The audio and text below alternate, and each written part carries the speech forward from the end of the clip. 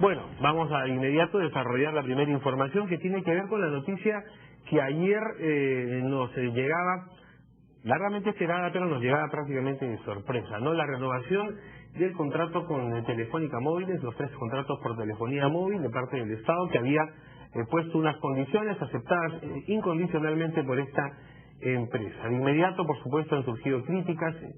Algunos se señalan que se ha debido revisar o en todo caso ser más duro en los términos para la renovación del contrato. Bueno, imaginamos que no va a ser suficiente nada más esta presentación aquí en los estudios de RPP del ministro de Transportes Carlos Paredes. No le agradecemos la deferencia, eso sí, pero imaginamos que tiene que haber otros foros para la explicación en detalle de la letra pequeña en esta renovación, ¿no?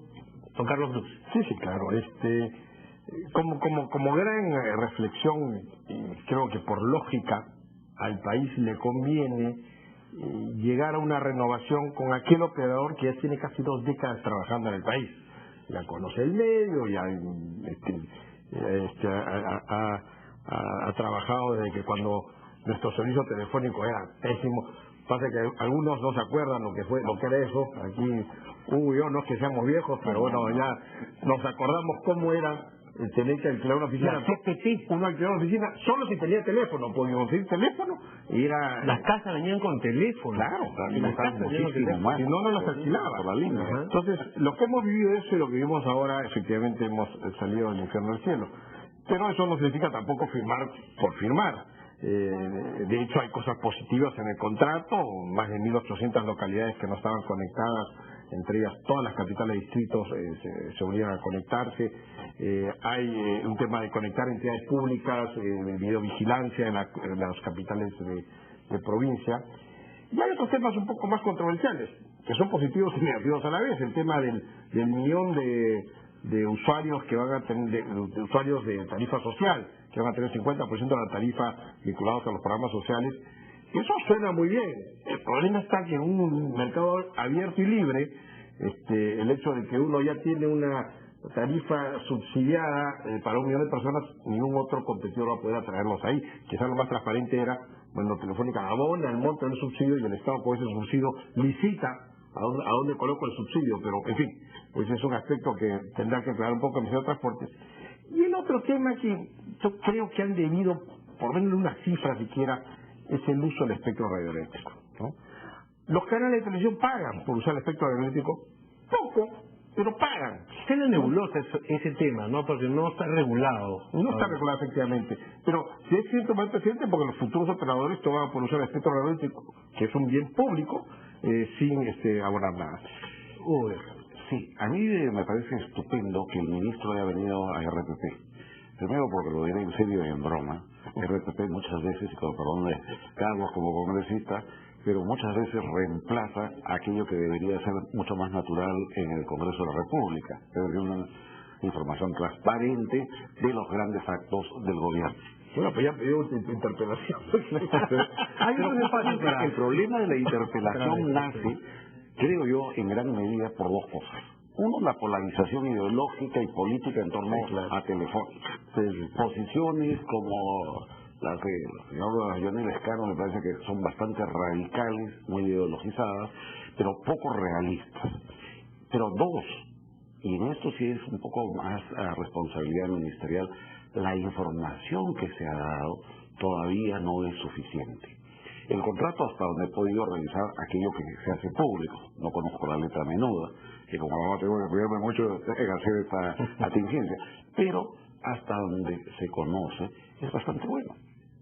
Es bastante bueno, pero no se ha informado. Por ejemplo, no se ha informado cómo es que en los 18 años siguientes y 10 meses, literalmente 19 años, cómo se va a desdoblar la inversión, cuáles van a ser los mecanismos de esos 3.000 millones que se han anunciado.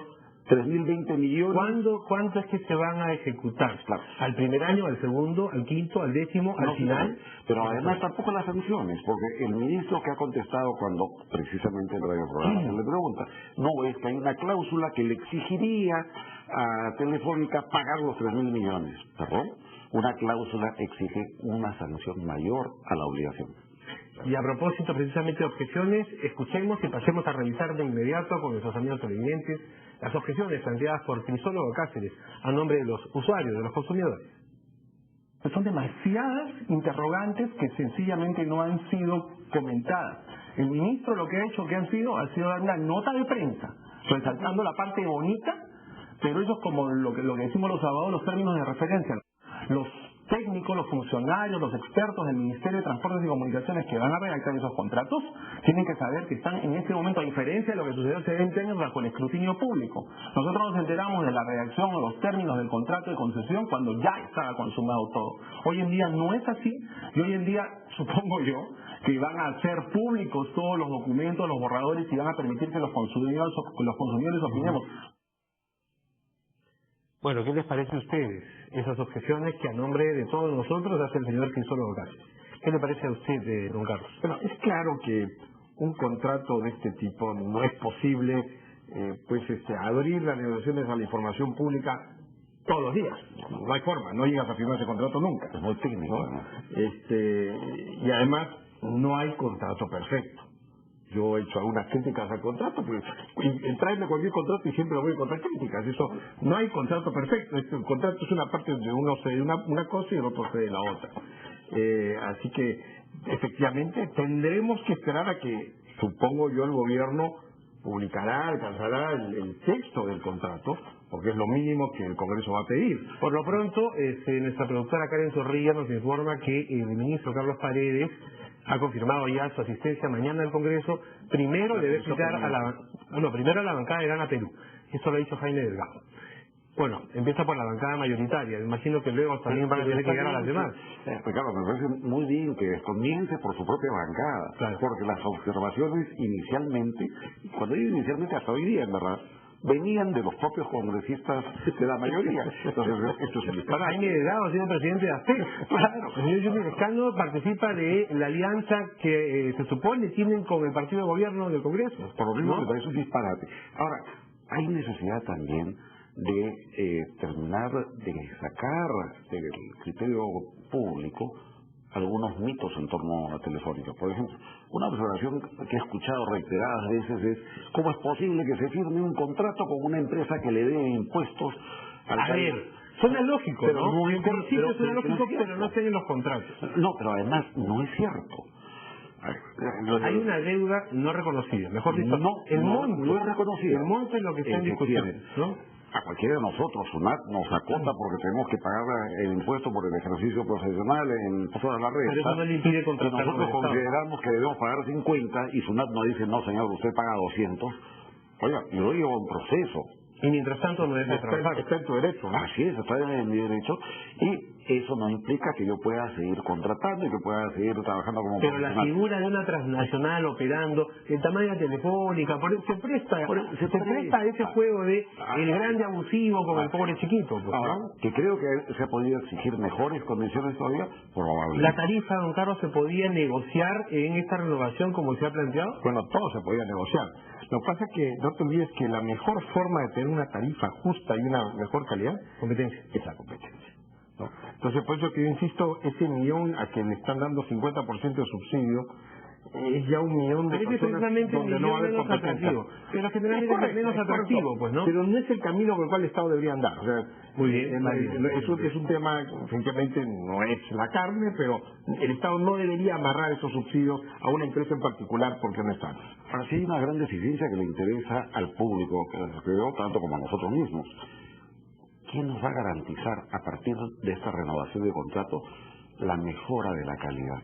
Todos tenemos ¿no? el supuesto de que operamos en nuestros celulares, en nuestra telefonía móvil, en banda de 3G. Pero 4G no existe acá. No existe acá, sin embargo se comercializan los equipos, pero tampoco nos dan propiamente, hasta donde entiendo, el 3G. El 3G en toda su... No, en toda su capacidad, nos dan dentro de las posibilidades. Entonces, y termina siendo un 2.5. Porque todos tenemos amigos y familiares que nos dicen: mira, en los Estados Unidos la tarifa es plana, Internet es mucho más veloz, y sin embargo, eso ¿por qué no juegan en Perú? ¿No? Eso va a mejorar con la competencia. Eso, mira, ellos te pueden firmar, mejoraremos la calidad. ¿Pero quién la supervisa y quién nos garantiza como usuarios? Esa es una pregunta. La fortaleza de los sistemas. Si tú tienes una opción de irte a otra operadora, que sí te da 3G y que después te da un servicio 4G, ahora te vas a la otra. Pero corramos el traslado pues a los congresistas interpeladores. Bueno, ya mañana, bueno, pero no va interpelado, quiero aclarar. No, el ministro para informar. ir a la comisión permanente. Pero Johnny Lescano se ha advertido que va a interpelar.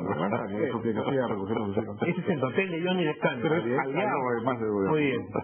Tenemos que hacer una... Señor Manuel Pulgar Vidal ha advertido pues de los peligros de la reactivación de este tipo de movimientos contra un proyecto minero que ya se encuentra además en etapa de perforación.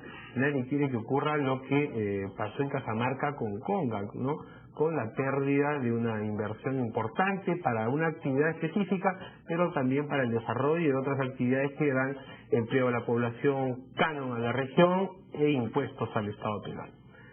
Don Carlos, ¿qué te parece? ¿Había un descuido o es que se trataba de una pausa del verano porque estábamos entretenidos con la Haya y con la revocatoria ahora? Sí, bueno, siempre el verano, con la carne en el fin de año. El verano siempre tranquiliza un poco el ambiente político, pero esto se va a reactivar probablemente en marzo-abril. Ahora, este anuncio del ministro del Interior me tranquiliza por un lado, pero me preocupa por el otro. Porque hay que entender que estos conflictos mineros no pueden ser enfocados exclusivamente en la policial, ¿no? Ahora, cuando ya se desata el conflicto, hemos visto en los últimos conflictos que han habido, por ejemplo emblemático ha sido Bagua, que se tornan muy violentos y con lamentables pérdidas de vida, y ya no solo de la población, sino de la Policía Nacional. Así que espero que estos escuadrones o estos efectivos que van a colocar estén comandados y estén apoyados con una inteligencia que no tenemos, ¿no? Así que espero que se esfuercen en buscar información para que la policía sepa cuándo intervenir, si debe intervenir o a veces no debe intervenir, porque lo que no queremos es pérdida de vidas humanas. Queremos que sea preventivo esto y que no estemos matando ni a ciudadanos nuestros ni dejando que la policía mandando policías para que los maten también, ¿no?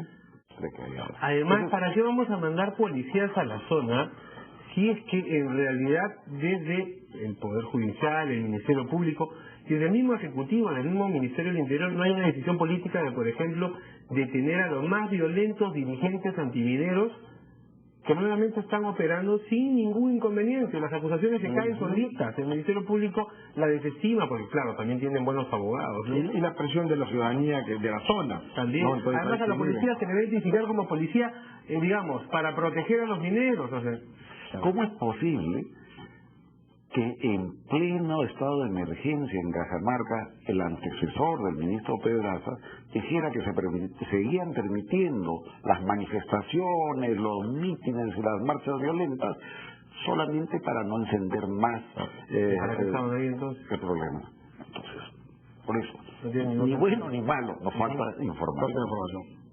Bueno, a propósito de eso, la información más que evidente, porque ya se anunció desde hace algún tiempo, es que, insistimos, ¿no? La izquierda está buscando nuevas banderas y la he encontrado aparentemente algún sector de la izquierda alrededor de Santos.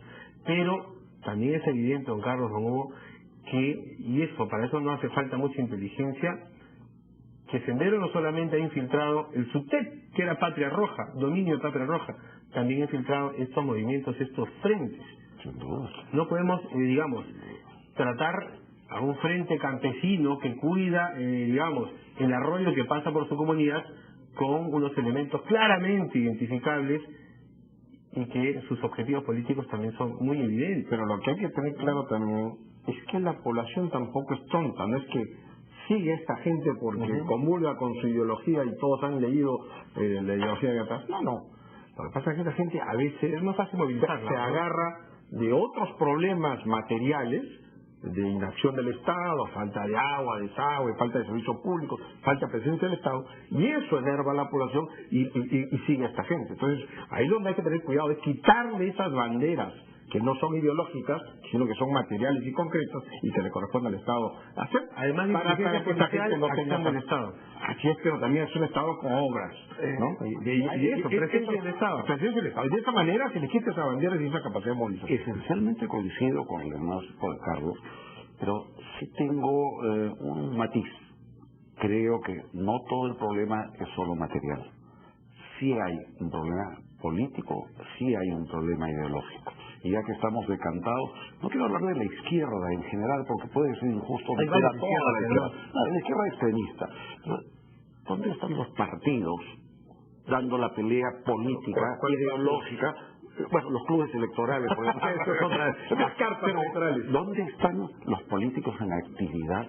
¿Por qué no salen a dar las peleas? Yo soy profesor universitario de hace muchos años y veo con desolación cómo, no solamente en Movadef, sino grupos más extremistas aún, están reactivando las células de Sendero, pero también del NRTA, de los bolivarianos y todo, mientras la así llamada clase política se cruza de brazos y no salen. A mí me encantaría que nuestros políticos democráticos, sean de izquierda democrática, de centro o de derecha, vayan y den el combate. Está bien, que el Estado tiene una responsabilidad, pero la clase política tiene que dar la pelea. Es verdad, yo no lo niego, pero dentro de la clase política, sobre todo aquellos que sustentan al gobierno. Hacen todo. Porque no, ellos es la responsabilidad. Es un rol distinto que tiene el oficialismo que tiene la oposición. Esa es una responsabilidad temporal de los partidos, ¿no? 5 años en el poder, luego en realidad es de toda la clase política. 5 años nada más del partido oficialista y luego lo demás por parte. Muy bien, tenemos que hacer una pausa para revisar los titulares y luego regresamos con los partidos, su participación en el proceso de revocatoria aquí en Lima. Estamos de regreso. Yo soy Ricardo Gómez Palma, estas son las 5 de las 7. Estamos en pleno proceso de revocatoria. Es el 17 de marzo. Este verano es doblemente candente por ese mismo tema, por esa misma razón.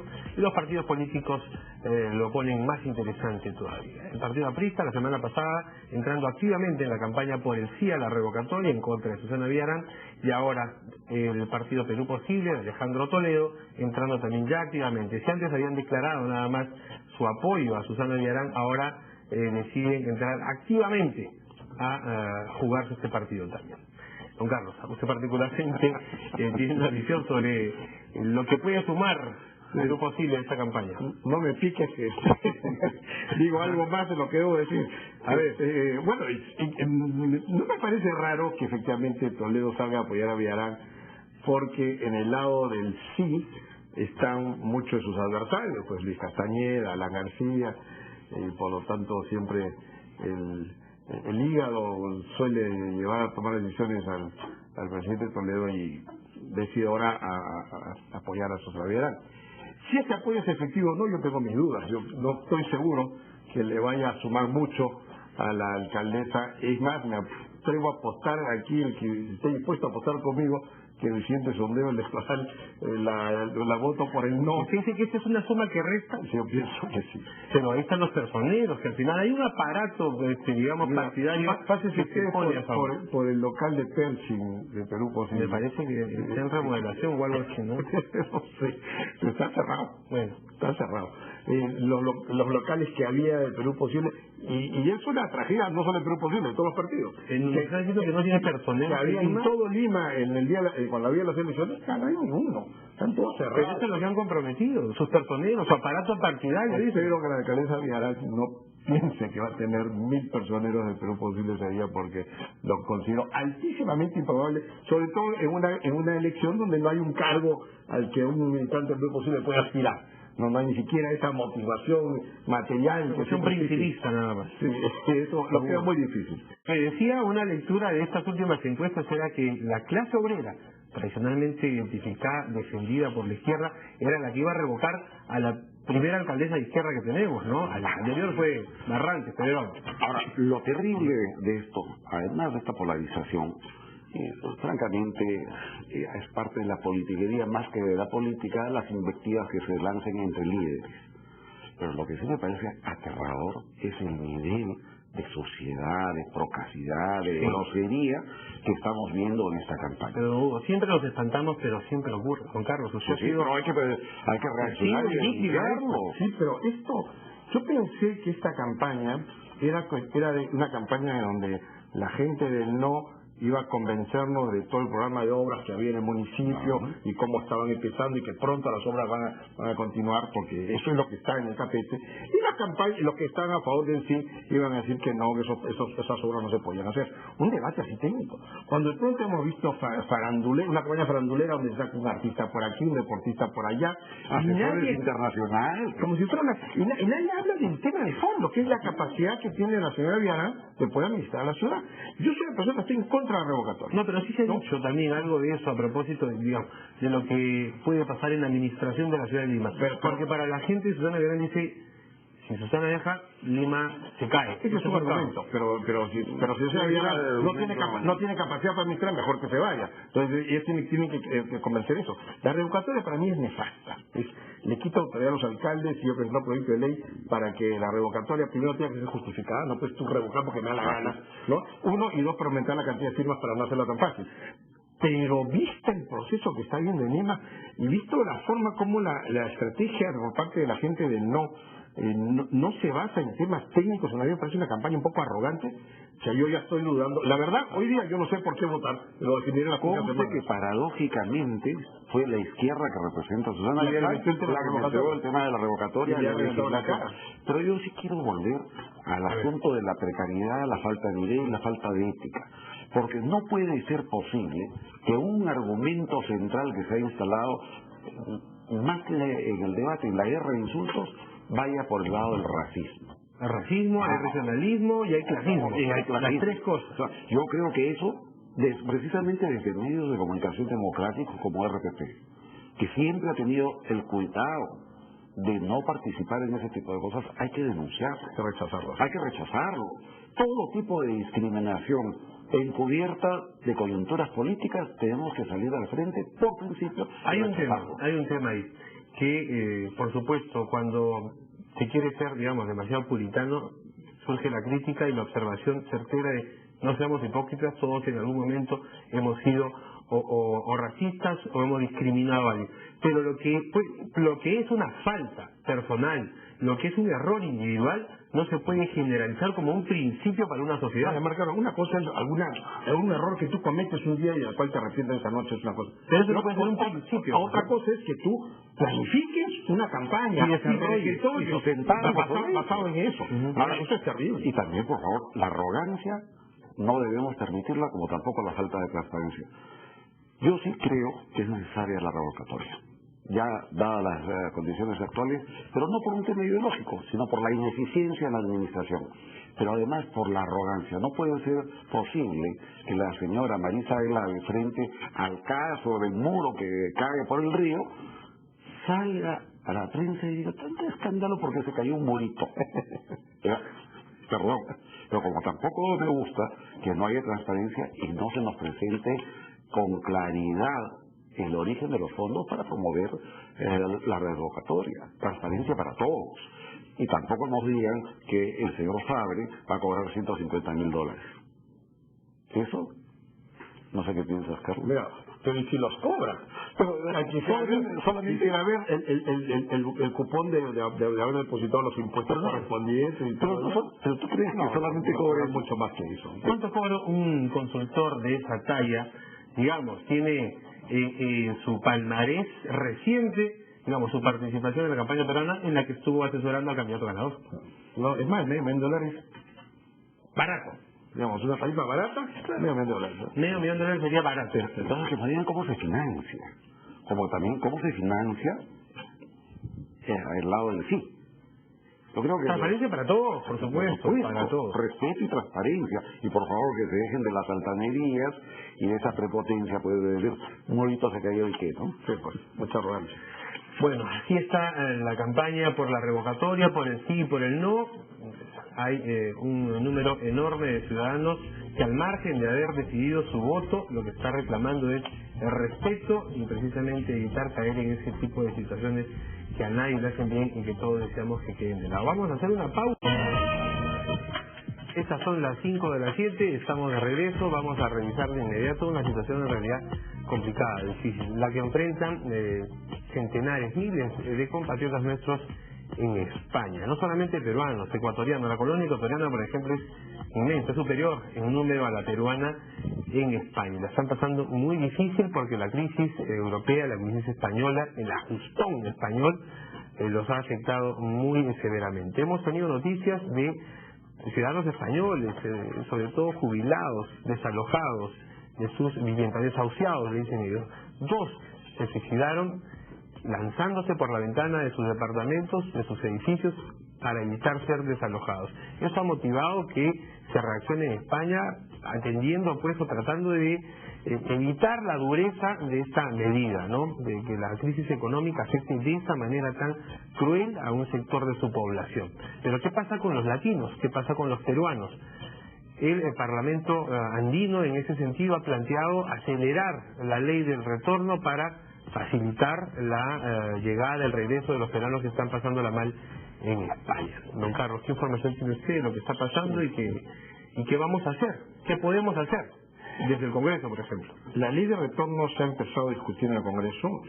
Yo estoy en las 2 comisiones donde se está discutiendo esta ley, en la de Economía y en las Relaciones Exteriores. Se ha presentado ya un proyecto. Ha sido, tengo entendido, ya aprobada en ambas comisiones. Falta ahora discutir en el Pleno, que lo podría discutir en la Comisión Permanente. Esta ley que dice, en resumen, que el peruano que decida regresar puede traer libre impuestos. Un proyecto dice 30.000, otro dice $40.000 en menaje, más o menos eso, menaje de casa. Puede traer un vehículo de hasta $30.000, valor de compra en origen, libre de impuestos, instrumentos, equipos, bienes de capital hasta de $150.000. Esto está pensado en que si viene un dentista se traigan pues unos equipos, profesional, fotógrafos traen equipos, ¿no? Que se le facilite su convalidación académica, porque mucha gente saca títulos en el exterior y para convalidarlos en el Perú es un trámite terrible, ¿no? Como todo. Eso es lo que se puede hacer, digamos, para buscarle hacerle más atractivo y más fácil al peruano que quiera regresar que lo haga. Claro, el mayor atractivo que hay es una economía creciendo como la peruana, ese es el atractivo número 1. Pero esto creo que es lo que se puede hacer, que no cause mucho impacto fiscal, porque no estamos hablando de exonerar importaciones que ya teníamos. Nosotros son gente que no tenía pensado venir. No lo hacen con ánimo de lucro. Y no hay efectivamente ningún fin comercial en esto, ¿no? No vamos a dejar de percibir algo que estaba calculado y ingresar al fisco, ¿no? Así es. Entonces, de esta manera se les ayuda un poco a que pueda retornar y poder servir aquí a la economía nacional, que necesita perfectamente aporte profesionales muy buenos allá afuera y que pueden hacerlo en el Perú. De evitar que pierdan lo que han conseguido allá, ¿no? Así es. Sí, yo creo que el proyecto es bastante bueno en líneas generales. Hay cosas que probablemente puedan ser perfectibles. Una, por ejemplo, creo que no todos los que van a optar por regresar dentro de esos 30.000 están en condición de profesionales intermedios o de artesanos o técnicos. Hay gente que está quedando en la miseria total. Lo que está ocurriendo con las hipotecas allá es que los bancos están rematando las propiedades, pero además quedan remanentes de deuda. Hay varios casos en los que después de que les han quitado el departamento, la propiedad, siguen debiendo. ¿Y qué pasa con esa deuda? La deuda en sí misma no se puede extinguir, pasará pues a los pasivos, a los incobrables bancarios. Y como decía, pero también de pronto se podría desde el Parlamento Nacional, desde las autoridades peruanas, coordinar algún tipo de legislación acompañada, porque a los españoles tampoco les conviene desde la autoridad tener un sector de población migrante en esas condiciones, ¿no? Y es interesante el tema, es muy especializado, porque no se les puede retener efectivamente. Sin embargo, hacia adentro se genera un precedente para los propios españoles muy complicado.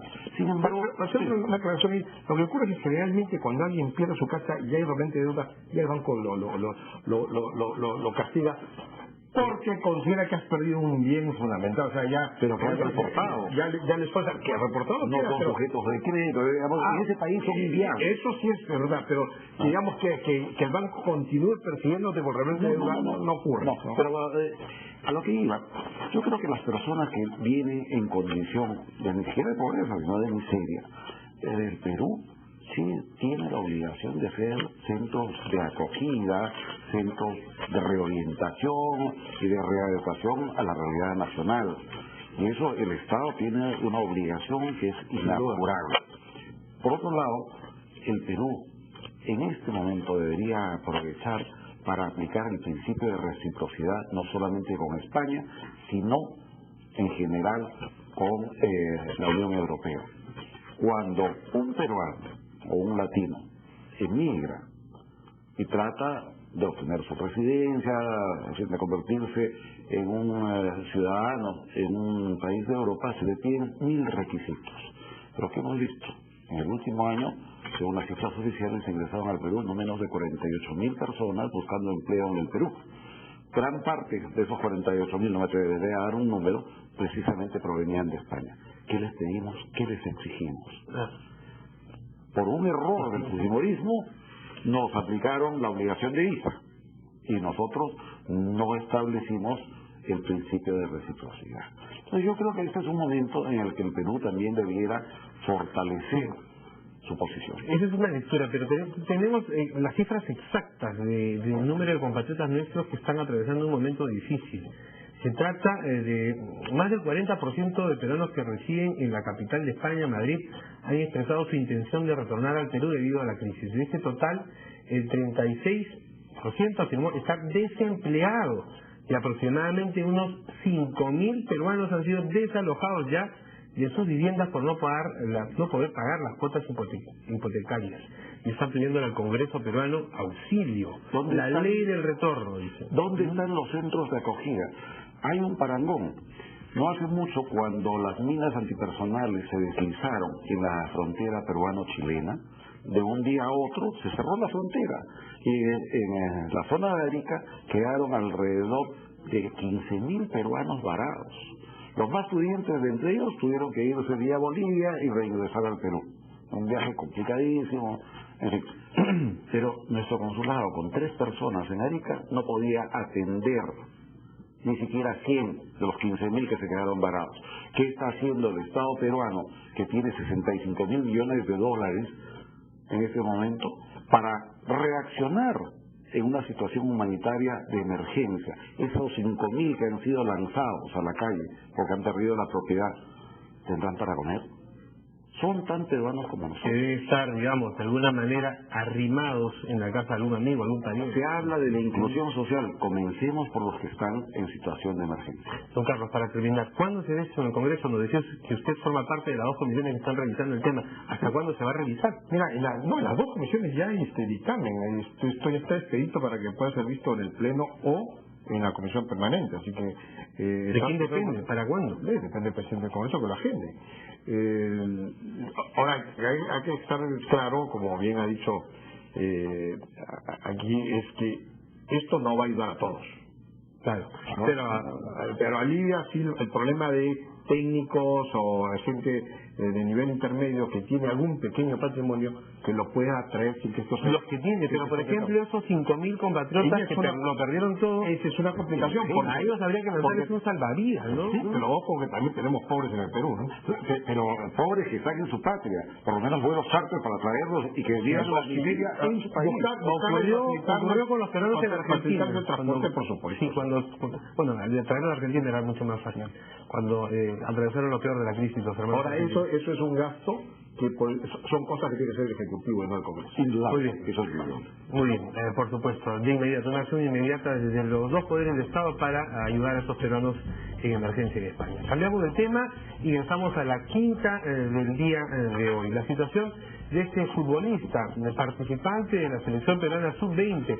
Su padre dice que tiene 17 años, así lo dice su ficha registral aquí en el Perú. Max Vargas es un nombre que ha registrado acá, pero resulta que él nació en Ecuador, que su mamá reside allá. y resulta que, según información que viene de Ecuador, una denuncia planteada por un congresista ecuatoriano no se llama Max Barrios ni tiene 17, tendría otro nombre, otra identidad, otra cédula de identificación y ya tendría 25 años. La Federación Peruana de Fútbol acaba de emitir un informe en el que señala que ha decidido pues iniciar una investigación a pedido de la Federación Ecuatoriana de Fútbol también, y atendiendo al reglamento de la CONMEBOL pues ha solicitado llegar a fondo en este caso. Tenemos las declaraciones del padre de Max Barrios. Max es nacido en Ecuador, efectivamente, él es nacido en Ecuador. Entonces Max, cuando a los 4 años, 5 años de edad, entonces papá de Max se va con un patita a Colombia. Entonces abandonan a Max y Max se queda con la abuela. Entonces yo me tuve que traer a Max acá a Sullana. Entonces Max ya, desde entonces mi señora y mi persona hemos criado a Max.